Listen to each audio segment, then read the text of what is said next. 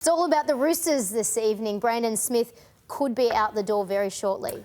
Oh, look, yeah, it depends who you speak to. Obviously, yesterday we reported that Brandon Smith was breached by the Roosters for not turning up to the mid-season review. I spoke to Brandon yesterday. I rang him before I wrote the story.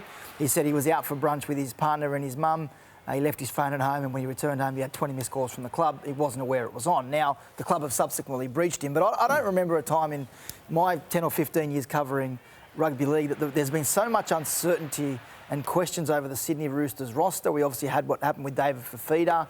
We obviously playing out now with Angus Crichton as well, and Joseph Suali'i, Joey Manu. There's so much uncertainty around the Roosters and people going and coming. Now I've been told there's some clubs circling Siwa Wong because he's been out of first grade for a number of weeks. He's missed a large chunk of this season. He was re-signed at the end of last year on decent money.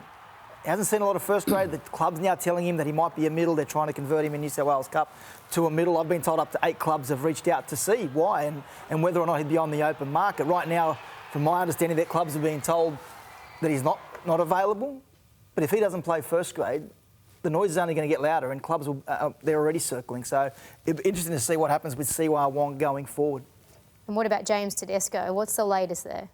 Yeah, look, James Tedesco his management approached the club about 2 months ago to ask whether or not they would entertain an extension for James Tedesco. He's contracted till the end of next year. The Roosters put that on hold. They said, we don't want to make a decision right now. You're contracted for the rest of this year and next. Let's have a conversation after this season and work out where you're at with the club, where you're at with your football, and decide whether or not you continue beyond 2025. So that's one conversation being had in the background. Angus Crichton, they're getting closer to a deal. The conversations are ongoing at the moment. They want David Fifita's deal. They want the 800 plus a car. What they offered David Fifita, and he turned back.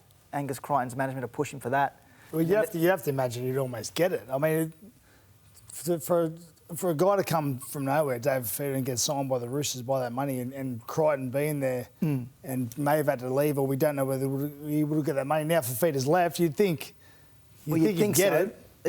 I think there's more at play. I think some people have had their nose out of joint with a few comments that have been made, both Angus Crichton and with the Roosters. As in the Roosters have nose out of joint from some of his comments? Yeah, and I think Angus Crichton has had his nose out of joint with what's happened as well, with David Fifita being offered that money, Angus Crichton now having the last laugh sitting in Origin, David Fifita not.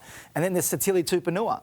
We know he was told that he could look around because they thought they had David Fifita. So between Siwa Wong, Satili Tupanua and Angus Crichton, some players there who've had their nose out of joint, and the Roosters are trying to deal with that now and pick up the pieces from what happened with David Fifita. You think they will re-sign Teddy?